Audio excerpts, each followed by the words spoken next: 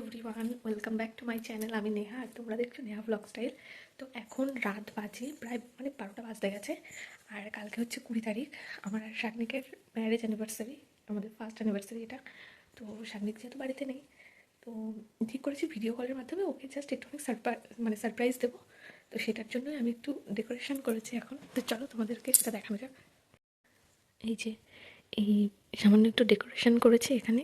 তো 12টা বাজলে ওকে আমি ভিডিও কল করব। তো ভিডিও কলে ওকে দেখাবো তখন পুরোটা।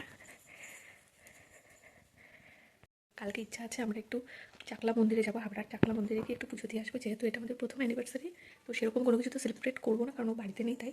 তো 12টা বাজতে আর কিছুক্ষণ বাকি, তো চলো তারপর দেখা যাক যে কী করি। আর অ্যানিভার্সারি উপলক্ষে আমি হাতে একটু মেহেন্দিও পড়েছি। আমার খুব শখ ছিল যে ফার্স্ট অ্যানিভার্সারিটা একটু সেলিব্রেট করা, একটু বড়ো করে, যেহেতু ও বাড়িতে নেই। তো সেখানে তো কিচ্ছু হবে না, তাই একটু মনকে শান্তি দেওয়ার জন্য একটু মেহেন্দি পড়েছি হাতে। তো চলো দেখা যাক।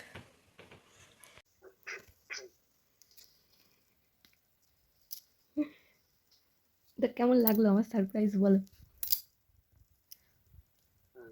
কেমন লাগলো, কেমন?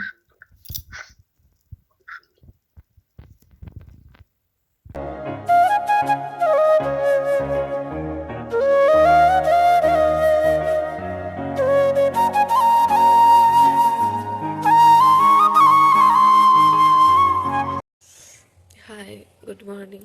কালকে রাতে তো ভিডিওটা কন্টিনিউ করতে পারিনি, ঘুমিয়ে পড়েছিলাম। তো আজকে সকাল সকাল উঠেছি, এখন বাজে ঘড়িতে 6টা 22 মতো। তো 6:30 বাজে, এখন আমি রেডি হব, স্নান টান করবো, রেডি হব, ওই যাবো হচ্ছে চাকলা মন্দিরে পুজো দিতে। আর বাইরে যা ঠান্ডা, আমার তো লেপের ভেতর থেকে বের হতে ইচ্ছা করছে না, কিন্তু কোনো কিচ্ছু করার নেই, হতে হবে। চলো বেশি কথা না বলে ঝটপট কাজ বাজ সেরে স্নানটা করে নিই। পরিমাণে যে ঠান্ডা, এই ঠান্ডায় যে কারা ঘুম থেকে ওঠে আর স্নান করে, বাবা, যারা সত্যি সকালবেলা উঠে স্নান করে তাদের গেল। আমার পক্ষে তো রোজ ওঠা সম্ভবই না।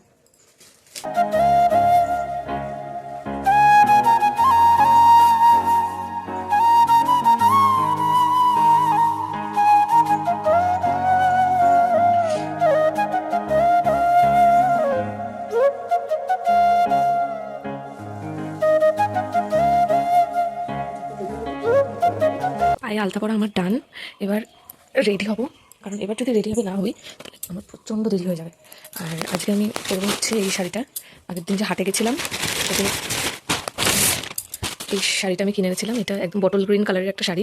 এই শাড়িটা আমার এক দেখাতে পছন্দ হয়ে গেছে, তো আর কিছু না দেখে আমি নিয়ে নিয়েছি। তারও ফ্ল্যাশটা বন্ধ করে কালারটা দেখে ঠিক বোঝাতে পারছি না, কালারটা ভীষণই সুন্দর। সামনাসামনি যতটা কালছে দেখাচ্ছে ততটা কালছে না, পুরো একটু সবুজ সবুজ একটা শেড আছে, ভীষণ সুন্দর শাড়িটা। তো চলো ঝটপট রেডি হয়ে তারপর তোমাদের সাথে দেখা হচ্ছে। এটা হচ্ছে আমার আজকের ফুল লুক, আর দেখাবো, পুরোটাই দেখাবো। এখন রেডি, এখানে আমার মাও রেডি, মা এদিকে টাকা গুনতে বসেছে, বড় লোকস। আমাকে কেমন লাগছে তোমরা কমেন্টে জানিও। এই শাড়িটা আমি নিয়েছি আমার অ্যানিভার্সারি উপলক্ষে। আর টুকটাক কিছু গয়না পরেছি, বেশি ভারী কিছু পরিনি, কারণ ট্রেনে করে যাবো তাই। তো চলো এবার দেখি ওই ঘরে গিয়ে যে বাবা মা রেডি হয়েছে কিনা, হলে তারপর করে বাঁধানোর সময় মনে থাকবে না। মা একটু হাই করে দাও। হাই মান্তু, পান্টু এদিকে আসবা, ব্লগে আসবো। বলে ব্লগে আসবো। আমরা বেরিয়ে পড়েছি সবাই, এখান থেকে টোটো ধরে আগে স্টেশনে যাবো। দাঁড়াবো, চলে আসতে রেডি হয়ে চলে আসতে বলো।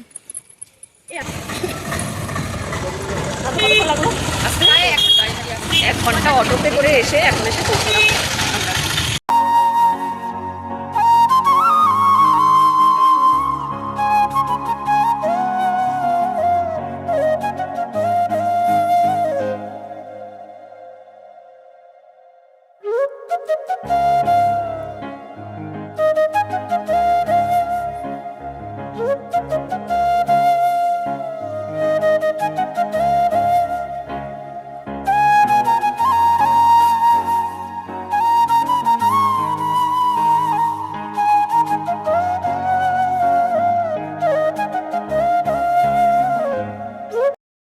মন্দিরের ভেতরে ঢুকে না মনটা ভীষণ খারাপ হয়ে গেছিলো, কারণ সব জায়গার মতো এখানেও দেখি টাকার বিজনেস শুরু হয়ে গেছে।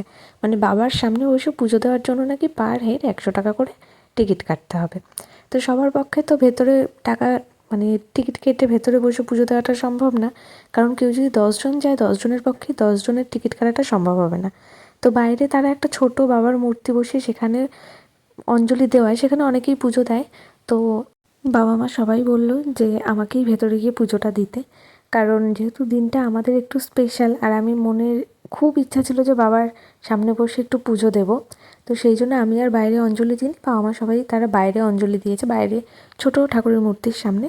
আমি ভেতরে গিয়ে বাবাকে পুজো দিয়ে আসি, সবার নামেই পুজো দিই সেখানে। আর তারপর বেরিয়ে একটু এখানে ফটোশ্যুট করে নিচ্ছিলাম।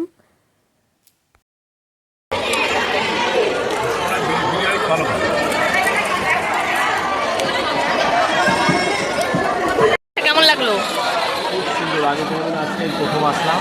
বলো বৌমার অবদানে। বৌমার অবদানে, বলো হ্যাঁ বৌমার অবদানে বলো হ্যাঁ বলো, নাহলে আমি শুধু কাজ করি, আমি কাজ ছুটি করি না, বৌমার অবদানে ছুটি করে আমি এসেছি। বলো কাজ তো করতে হবে, কিন্তু বৌমার অবদানেই আসা। এই যে কত ছোট ছোট বাচ্চা, সব মুখে প্রসাদ হবে এদের।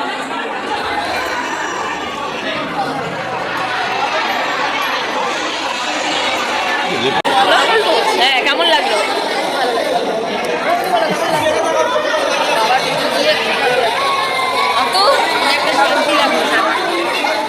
কেমন লাগলো এখানে এসে? এখন আমরা অপেক্ষা করছি ভোগের প্রসাদ খাবো বলে। কটা বাজে? 12:30 বাজে। 1:30টার সময় দেবে ভোগের প্রসাদ। আমরা বসে বসে অপেক্ষা করছি। আর আজকে মনে হয় অনেক অন্নপ্রাশনের ডেট রয়েছে, কত ছোট ছোট বাচ্চা এসেছে এখানে, তাদের অন্নপ্রাশন হবে। মন্দিরের পেছন দিকটায় ভালোই মার্কেট মতো বসে, অনেক কিছুই পাওয়া যায় ঠাকুরের, তো সেখানে একটু যাচ্ছি। দেখি এখানে কী কী দোকানপাট বসেছে। অনেকে মানসিক করে যায় না, তাই এই বট গাছে সবাই দড়ি বাঁধে।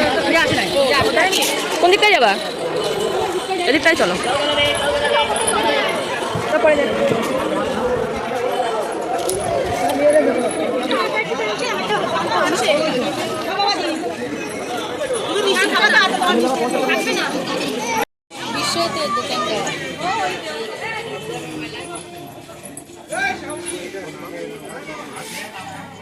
এরপর ঠিক 1টা নাগাদ আমরা ভোগের লাইনের দিকে চলে যাই, কারণ এরপর দেরি করলে প্রচণ্ড ভিড় হয়ে যাবে।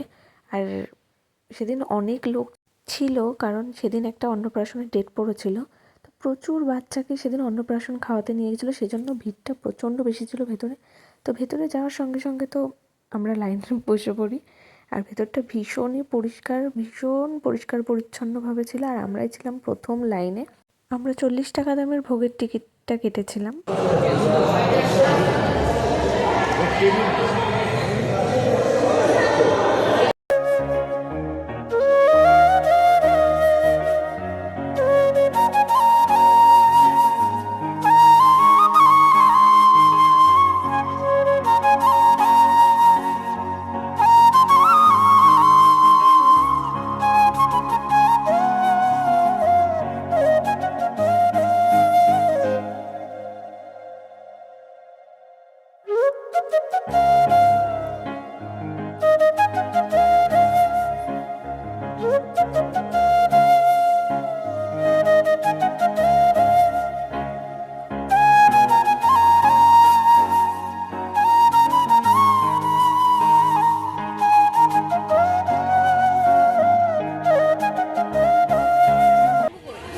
মা ওইখানে দোকানে বললো। বাবু পার্কিংটা নেবে? অবশেষে আমাদের পুজো দেওয়া শেষ হলো, ভোগ প্রসাদ টসাদ খেয়ে এখন বাড়ির দিকে যাব। এখন প্রায় 2টো কি 2:30টা মতো বাজে, তাই তো।